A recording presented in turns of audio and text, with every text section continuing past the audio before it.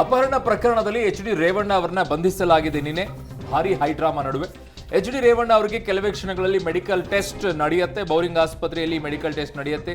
BP, blood sugar, urine ಪರೀಕ್ಷೆ. Normally ಯಾರನ್ನೇ arrest ಮಾಡಿದಾಗಲೂ ಸಹ ಅವರನ್ನ ನ್ಯಾಯಾಧೀಶರ ಮುಂದೆ ಹಾಜರುಪಡಿಸಬೇಕು ಅನ್ನೋದಾದ್ರೆ ಅವರ ಮೆಡಿಕಲ್ ಟೆಸ್ಟ್ ಅನ್ನ ಮೊದಲನೇದಾಗಿ ಮಾಡ್ತಾರೆ. ಅದರ ಜೊತೆಗೆ ಅವರನ್ನ ಎಲ್ಲಾದ್ರೂ ಜೈಲಲ್ಲಿ ಇಡಬೇಕು ಅನ್ನುವಂಥದ್ದಾದ್ರೆ ಅಲ್ಲೂ ಕೂಡ ಮೆಡಿಕಲ್ ಟೆಸ್ಟ್ ಅನ್ನ ಮಾಡಿನೇ ಅವರನ್ನ ಜೈಲಿಗೆ ಕಳುಹಿಸುವಂತ ಕೆಲಸವನ್ನ ಮಾಡ್ತಾರೆ. ಅವರು ಆರೋಪಿಯಾಗಿದ್ದರೂ ಸಹ ಇಲ್ಲೂ ಅಷ್ಟೇ. ಈಗ ಎಚ್.ಡಿ. ರೇವಣ್ಣ ಅವರಿಗೆ ಮೆಡಿಕಲ್ ಟೆಸ್ಟ್ ನ ಮಾಡ್ತಾರೆ. BP, blood sugar, urine normal ಏನ್ ಚೆಕ್ ಮಾಡಬೇಕು ಅದನ್ನ ಮಾಡ್ತಾರೆ.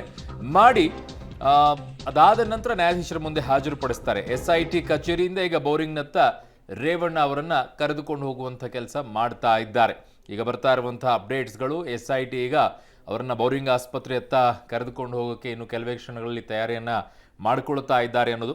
ಬೌರಿಂಗ್ ಆಸ್ಪತ್ರೆಯಲ್ಲಿ ಅವರ ಬಿಪಿ, ಬ್ಲಡ್ ಶುಗರ್, ಯೂರಿನ್ ಪರೀಕ್ಷೆಯನ್ನ ಮಾಡುವಂತಹ ಸಾಧ್ಯತೆ ಇದೆ. ಇನ್ನೇನಾದರೂ ಅವರ ಆರೋಗ್ಯದಲ್ಲಿ ಸಮಸ್ಯೆ ಇದ್ರೆ, ಅವರು ಯಾವುದಾದ್ರು ಚಿಕಿತ್ಸೆಯನ್ನ ಪಡ್ಕೊಳ್ತಾ ಇದ್ರೆ, ಯಾವುದಾದ್ರೂ ರೋಗದಿಂದ ಬಳಲ್ತಾ ಇದ್ರೆ ಅದನ್ನೂ ಕೂಡ ಅಲ್ಲಿ ಡಾಕ್ಟರ್ ಬಳಿ ಹೇಳ್ತಾರೆ. ಅದನ್ನ ಮೆಡಿಕಲ್ ರಿಪೋರ್ಟ್ ಅಂತ ಏನು ಕರೀತಾರೆ, ಆ ಮೆಡಿಕಲ್ ರಿಪೋರ್ಟ್ನಲ್ಲಿ ನಮೂದಿಸ್ತಾರೆ. ಅದಾದ ನಂತರ ಅವ್ರನ್ನ ನ್ಯಾಯಾಧೀಶರ ಮುಂದೆ ಹಾಜರುಪಡಿಸ್ತಾರೆ. ಅದಾಗಿ ಅವರು ಕಸ್ಟಡಿಗ ಇಲ್ಲ ನ್ಯಾಯಾಂಗ ಬಂಧನಕ್ಕೆ ಕೊಡಬೇಕಾ ಅನ್ನುವಂಥದ್ದನ್ನ ನೋಡ್ತಾರೆ ಇಲ್ಲಿ. ಸೊ ಅದಾದ ನಂತರ ಅವರನ್ನ ತನಿಖೆಗೋಸ್ಕರ ಇನ್ನೊಂದಿಷ್ಟು ವಿಚಾರಣೆ ಮಾಡೋಕ್ಕೋಸ್ಕರ SIT ಅವರು ತಮ್ಮ ಕಸ್ಟಡಿಗೂ ಕೂಡ ಪಡ್ಕೊಳ್ಬಹುದು. ನ್ಯಾಯಾಧೀಶರು ಹೇಗೆ ಹೇಳ್ತಾರೆ ಅನ್ನುವಂಥದ್ದನ್ನ ನೋಡಬೇಕು. ಅವರು ನ್ಯಾಯಾಂಗ ಬಂಧನಕ್ಕೆ ಕೊಡ್ತಾರಾ ಇಲ್ಲ ಕಸ್ಟಡಿಗೆ ಕೊಡ್ತಾರಾ ಅಂತ ಹೇಳಿ. ವಿಚಾರಣೆಗಂತೂ ಡೆಫಿನೆಟ್ಲಿ SIT ಕೇಳುತ್ತೆ. ನಿನ್ನೆಯಿಂದಲೂ ಕೂಡ ವಿಚಾರಣೆಯನ್ನ ಬಹುತೇಕವಾಗಿ ರೇವಣ್ಣ ಅವ್ರನ್ನ ಪ್ರಶ್ನೆಗಳ ಮೇಲೆ ಪ್ರಶ್ನೆಗಳನ್ನ ಕೇಳಿಕೊಂಡಿದ್ದಾರೆ. ಈಗ ಮೆಡಿಕಲ್ ಟೆಸ್ಟ್ ಅನ್ನ ಕೂಡ ಮಾಡಬೇಕಾಗಿದೆ. ಅದೊಂದು ಪ್ರೊಸೀಜರ್ ಬಾಕಿ ಇದೆ. ಅದಾದ ನಂತರ ನ್ಯಾಯಾಧೀಶರ ಮುಂದೆ ಹಾಜರನ್ನ ಪಡಿಸಬೇಕಾಗತ್ತೆ. 24 ಗಂಟೆಯ ಒಳಗಡೆಗೆ ಯಾರನ್ನೇ ಒಬ್ಬರನ್ನ ಈ ರೀತಿಯಾಗಿ ಅರೆಸ್ಟ್ ಅನ್ನ ಮಾಡಿದಂತ ಸಂದರ್ಭದಲ್ಲಿ ಅವರನ್ನ 24 ಗಂಟೆಯ ಒಳಗಡೆಗೆ ನ್ಯಾಯಾಧೀಶರ ಮುಂದೆ ಹಾಜರುಪಡಿಸಬೇಕಾಗತ್ತೆ. ಹಾಜರುಪಡಿಸಿ ಅದಾದ ನಂತರ ಅವ್ರನ್ನ ಕಸ್ಟಡಿಗೆ ತಗೋಬೇಕಾ ಅಥವಾ ನ್ಯಾಯಾಂಗ ಬಂಧನಕ್ಕೆ ಕೊಡಬೇಕಾ ಅನ್ನುವಂಥದ್ದನ್ನ ನ್ಯಾಯಾಧೀಶರು ಅವರ ಮುಂದೆ ಇಡುವಂತಹ ಮನವಿಗಳ ಆಧಾರದ ಮೇಲೆ ಅವರು ಡಿಸೈಡ್ ಮಾಡ್ತಾರೆ. ಮೆಡಿಕಲ್ ಟೆಸ್ಟ್ ಅನ್ನ ಪೂರ್ಣ ಮಾಡಿದ ನಂತರದಲ್ಲಿ ಅವರನ್ನ ನೇರವಾಗಿ ಜಡ್ಜ್ ಮುಂದೆ ಕರೆತರಲಾಗುತ್ತೆ. ಸದ್ಯ ಇವತ್ತು ಭಾನುವಾರ ಆಗಿರೋದ್ರಿಂದ ಜಡ್ಜ್ ನಿವಾಸಕ್ಕೆ ಕರ್ಕೊಂಡು ಹೋಗ್ತಾರೆ. ಅಲ್ಲಿ ಅವರನ್ನ ಹಾಜರುಪಡಿಸ್ತಾರೆ.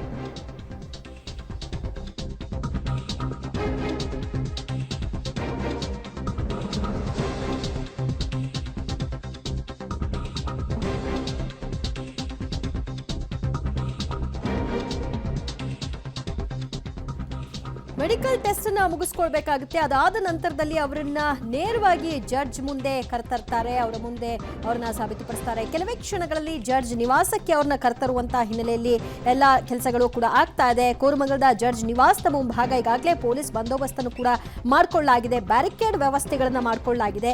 ನ್ಯಾಯಾಧೀಶರ ನಿವಾಸದ ಮುಂದೆ ಪೊಲೀಸ್ ಬಂದೋಬಸ್ತ್ ಹೇಗಾಗಿದೆ ಅನ್ನುವ ದೃಶ್ಯವನ್ನು ಕೂಡ ನೋಡ್ತಾ ಇದ್ರಿ.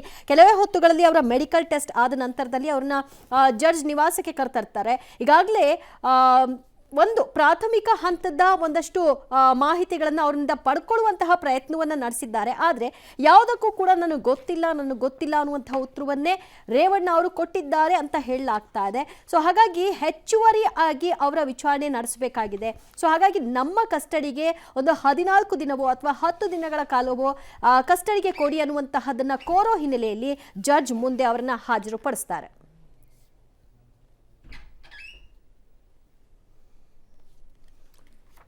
ಓಕೆ, ನನ್ನ ಸಹೋದ್ಯೋಗಿ ಈಗ ಲೋಕೇಶ್ ಕೊಡಗದಲ್ಲ ನನ್ನೊಂದಿಗೆ ನೇರ ಸಂಪರ್ಕಕ್ಕೆ ಸಿಗ್ತಾ ಇದ್ರೆ. ಲೋಕೇಶ್, ಈಗ ಬೆಳಗ್ಗೆಯಿಂದಲೂ ಕೂಡ ಮೆಡಿಕಲ್ ಟೆಸ್ಟ್ ಕರ್ಕೊಂಡು ಹೋಗ್ತಾರೆ ಅನ್ನುವಂಥದ್ದನ್ನೇ ಕೇಳ್ತಾ ಇದ್ವಿ. ಆದ್ರೆ ಇನ್ನೂವರೆಗೂ ಕೂಡ ಆಗ್ತಾ ಇಲ್ಲ. ಇನ್ನು ವಿಚಾರಣೆಯನ್ನ ಮಾಡ್ಕೊಳ್ತಾ ಇದ್ದಾರೆ. 24 ಗಂಟೆ ಒಳಗಡೆಗೆ ನ್ಯಾಯಾಧೀಶರ ಮುಂದೆ ಹಾಜರುಪಡಿಸ್ಬೇಕಲ್ವಾ? ಇನ್ನೂ ಟೈಮ್ ಇದೆ ಅಂತ ಇದ್ದಾರೋ ಏನು? ಏನಾದರೂ ಸಮಸ್ಯೆ ಇದೆಯಾ?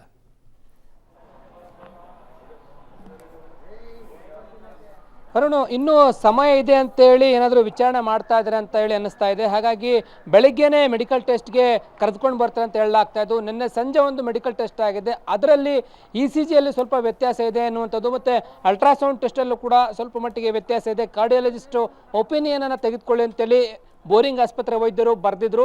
ಅದಾದ ನಂತರ ಜಯದೇವಾಗ ಹೋಗ್ತಾರೆ, ವಿಕ್ಟೋರಿಯಾ ಆಸ್ಪತ್ರೆ ಗ್ಯಾಸ್ಟ್ರೋಎಂಟರಾಲಜಿಸ್ಟ್ಗೆ ಹೋಗಿ ಅಲ್ಲಿ ಚಿಕಿತ್ಸೆಯನ್ನು ಪಡೆದುಕೊಳ್ತಾರೆ ಅನ್ನುವಂಥ ಮಾಹಿತಿ ಇತ್ತು. ಆದರೆ ಎಲ್ಲಿಗೂ ಕೂಡ ತೆಗೆದುಕೊಂಡೋಗಿಲ್ಲ. ಇಲ್ಲಿಗೆ ಬೋರಿಂಗ್ಗೆ ಮತ್ತೆ ಈಗ ಮೆಡಿಕಲ್ ಟೆಸ್ಟ್ಗೆ ಬರುವ ಸಾಧ್ಯತೆ ಇದೆ. ಫಿಟ್ ಆಗಿದ್ದಾರ ವಿಚಾರಣೆಗೆ ಎನ್ನುವಂಥದ್ದು ಜಡ್ಜ್ ಮುಂದೆ ಹಾಜರುಪಡಿಸೋದಕ್ಕೂ ಮುಂಚಿತವಾಗಿ ಒಂದು ಹೆಲ್ತ್ ರಿಪೋರ್ಟನ್ನು ಕೊಡಬೇಕಾಗತ್ತೆ. ಆರೋಪಿ ಹೆಲ್ತ್ ರಿಪೋರ್ಟು ಫಿಟ್ ಆಗಿದ್ದಾರೆ ದೈಹಿಕವಾಗಿ ಮಾನಸಿಕವಾಗಿ ಯಾವ ರೀತಿ ಇದೆ ಸುದೃಢವಾಗಿದ್ದಾರೆ ಅಂತೇಳಿ ಆ ರಿಪೋರ್ಟನ್ನು ಸಬ್ಮಿಟ್ ಮಾಡಬೇಕಾಗಿದೆ. ಹಾಗಾಗಿ ಇನ್ನೇನು ಕೆಲವೇ ಕ್ಷಣ ಅಥವಾ ಅರ್ಧ ಗಂಟೆ ಮುಕ್ಕಾಲು ಗಂಟೆಯಲ್ಲಿ ಬೋರಿಂಗ್ ಆಸ್ಪತ್ರೆಗೆ ಕರೆದುಕೊಂಡು ಬರ್ತೇನೆ ಅನ್ನುವಂಥ ಮಾಹಿತಿ ಲಭ್ಯ ಆಗ್ತಾ ಇದೆ. ಈಗಾಗಲೇ ಇಲ್ಲಿನ ಆಸ್ಪತ್ರೆ ವೈದ್ಯರು ಎಲ್ಲ ರೀತಿಯಂಥ ಸಿದ್ಧತೆಯನ್ನು ಮಾಡ್ಕೊಂಡಿದ್ದಾರೆ. ಮೆಡಿಕಲ್ ಟೆಸ್ಟ್ ಮಾಡಲಿಕ್ಕೆ ಅಂತೇಳಿ ಎಲ್ಲ ರೀತಿಯ ತಯಾರಿಯನ್ನು ಕೂಡ ಮಾಡ್ಕೊಂಡಿರುವಂಥದ್ದು. ಹೀಗಾಗಿ ಈ ಕರೆದುಕೊಂಡು ಬಂದ ನಂತರ ಜಡ್ಜ್ ಮನೆಗೆ ಕರೆದುಕೊಂಡು ಹೋಗುವ ಸಾಧ್ಯತೆ ಇದೆ. ಪೊಲೀಸ್ ಕಸ್ಟಡಿ ಕೊಡ್ತಾರಾ ಅಥವಾ ಜೇಸಿಗೆ ಕೊಡ್ತಾರೆ ಅನ್ನುವಂಥದ್ದು ಕುತೂಹಲಕಾರಿಯಾಗಿರುವಂಥದ್ದು. ಆ ನಿಟ್ಟಿನಲ್ಲಿ ಮೊದಲಿಗೆ ಮೆಡಿಕಲ್ ಟೆಸ್ಟನ್ನು ಮಾಡಿಸ್ಬಿಟ್ರೆ ಅಲ್ಲಿಗೆ ಪ್ರೊಸೀಜರ್ ಪ್ರಕಾರವಾಗಿ ನಿಯಮಾನುಸಾರವಾಗಿ ಕೆಲಸ ಮುಕ್ತಾಯ ಆಗುತ್ತೆ ಅನ್ನುವಂಥ ನಿಟ್ಟಿನಲ್ಲಿ ಕರೆದುಕೊಂಡು ಬರ್ತಾರೆ ಅಂತ ಹೇಳಲಾಗ್ತಾ ಇದೆ. ಸದ್ಯಕ್ಕೆ ಬೋರಿಂಗ್ ಆಸ್ಪತ್ರೆಯಲ್ಲಿ ವೈದ್ಯರು ಕೂಡ ಟೆಸ್ಟ್ ಮಾಡಲಿಕ್ಕೆ ಅಂತೇಳಿ ಎಲ್ಲ ರೀತಿಯ ಸಿದ್ಧತೆಯನ್ನು ಮಾಡ್ಕೊಂಡಿರುವಂಥದ್ದು. ಅರುಣ್, ಒಂದು 14 ದಿನಗಳ ಅವಕಾಶ ಕೊಡಿ ವಿಚಾರಣೆಗೆ ಅಂತ ಕೋರುವಂತಹ ಸಾಧ್ಯತೆಗಳಿದೆ. ಅದರ ಪರಿಸ್ಥಿತಿಗಳನ್ನು ಆಧರಿಸಿ ನ್ಯಾಯಾಧೀಶರು ಎಷ್ಟು ದಿನಗಳು ಕೊಡಬಹುದು ಅನ್ನೋದನ್ನ ಮುಂದಿನ ದಿನಗಳಲ್ಲಿ ಅವರು ಇವತ್ತು ಏನು ಜಡ್ಜ್ ಮುಂದೆ ಹಾಜರುಪಡಿಸ್ತಾರೆ ಆ ನಂತರದಲ್ಲಿ ಗೊತ್ತಾಗುತ್ತೆ. ಓಕೆ, ಲೋಕೇಶ್ ಮತ್ತೆ ಕನೆಕ್ಟ್ ಆಗಿದ್ದಾರೆ. ಲೋಕೇಶ್, ನಾನು ಆಗ್ಲೇ ಕೇಳ್ತಾ ಇದ್ದೆ, ಸಾಮಾನ್ಯವಾಗಿ 14 ದಿನದ ವಿಚಾರಣೆಗೆ ಕಸ್ಟಡಿ ಕೇಳುವಂತಹ ಸಾಧ್ಯತೆಗಳಿರುತ್ತೆ. ಸೊ ಈ ಹಿನ್ನೆಲೆಯಲ್ಲಿ SITಗೆ ಇಲ್ಲಿವರೆಗೂ ಕೂಡ ಅವರ ವಿಚಾರಣೆಗೆ ಅವಕಾಶವೇ ಸಿಕ್ಕಿರಲಿಲ್ಲ. ಕಿಡ್ನಾಪ್ ಪ್ರಕರಣಕ್ಕೆ ಸಂಬಂಧಪಟ್ಟ ಹಾಗೆ ಹೆಚ್ಚುವರಿ ಮಾಹಿತಿಯನ್ನು ಕಲೆ ಹಾಕಲಿಕ್ಕೆ ಅವಕಾಶ ಆಗಿರಲಿಲ್ಲ. ಈಗ ಎಷ್ಟು ದಿನಗಳ ಕಸ್ಟಡಿ ಕೇಳಬಹುದು ಅಂತ ಅನ್ಸುತ್ತೆ? ದಿವ್ಯಾ, ಖಂಡಿತ 14 ದಿನಗಳು ಕಸ್ಟಡಿಗೆ ಕೇಳುವ ಸಾಧ್ಯತೆ ಇದೆ. ಯಾಕಂತಂದ್ರೆ ಸಾಕಷ್ಟು ವಿಚಾರಣೆ ಬಾಕಿ ಇದೆ. ವಿಚಾರಣೆ ಮಾಡಲಿಕ್ಕೂ ಕೂಡ ಕಾಲಾವಕಾಶ ಸಿಕ್ಕಿರಲಿಲ್ಲ. ಕಿಡ್ನಾಪ್ ಪ್ರಕರಣದಲ್ಲಿ ನಿನ್ನೆ ಅವರನ್ನ ಬಂಧಿಸಿ ಕರೆದುಕೊಂಡು ಬಂದಿದ್ರು. ನಿನ್ನೆ ರಾತ್ರಿ 10:30-11 ಗಂಟೆಗೆ ಇಲ್ಲಿ ಮೆಡಿಕಲ್ ಟೆಸ್ಟ್ ಆಗಿರೋ ಕಾರಣದಿಂದ ವಿಚಾರಣೆ ಇನ್ನೂ ಮಾಡಿಲ್ಲ. ಹಾಗಾಗಿ ವಿಚಾರಣೆ ಮಾಡಲಿಕ್ಕೂ ಕೂಡ ಕಾಲಾವಕಾಶ ಸಿಕ್ಕಿಲ್ಲ. ಜಡ್ಜ್ ಮುಂದೆ ಹಾಜರುಪಡಿಸಿದ ನಂತರ 14 ದಿನಗಳ ಕಾಲ ಇವರೊಂದು ಕಸ್ಟಡಿಗೆ ಕೇಳುವ ಸಾಧ್ಯತೆ ಇದೆ. ಕಸ್ಟಡಿಗೆ ಕೇಳ್ತಾರ ಅಥವಾ ನಾಳೆ ನ್ಯಾಯಾಂಗ ಬಂಧನಕ್ಕೆ ಕೊಟ್ಟು ತದನಂತರ ನಾಳೆ ಕೋರ್ಟಲ್ಲಿ ಸಬ್ಮಿಟ್ ಮಾಡಿದ ನಂತರ ಕೋರ್ಟ್ನಲ್ಲಿ ಏನಾದರೂ ಕಸ್ಟಡಿಗೆ ಕೇಳ್ತಾರೆ ಅನ್ನುವಂಥದ್ದು ಕೂಡ ಕುತೂಹಲಕಾರಿಯಾಗಿರ್ತಕ್ಕಂಥದ್ದು. ಇವತ್ತು ಸಂಜೆ ಜಡ್ಜ್ ಮುಂಭಾಗದಲ್ಲಿ ನಿರ್ಧಾರ ಆಗುತ್ತೆ. ಪೊಲೀಸರು ಕಸ್ಟಡಿಗೆ ತೆಗೆದುಕೊಳ್ತಾರೆ ಅಥವಾ ಜೇಸಿಗೆನೆ ತೆಗೆದುಕೊಳ್ಳಿಕ್ಕೆ ಮುಂದಾಗ್ತಾರೆ ಅನ್ನುವಂಥದ್ದನ್ನು ಕಾದು ನೋಡಬೇಕಾಗಿದೆ. ನಾಳೆ ಕೂಡ ಕೋರ್ಟ್ ಮುಂದೆ ಹಾಜರುಪಡಿಸಬೇಕಾಗಿರೋ ಹಿನ್ನೆಲೆಯಲ್ಲಿ ಕೋರ್ಟ್ನಲ್ಲೇ ಓಪನ್ ಆಗಿ ಕಸ್ಟಡಿಗೆ ಕೇಳುವ ಸಾಧ್ಯತೆ ಇರುವಂಥದ್ದು. Divya, okay, thank you Lokesh ನಿಮ್ಮೆಲ್ಲ ಮಾಹಿತಿಗೆ.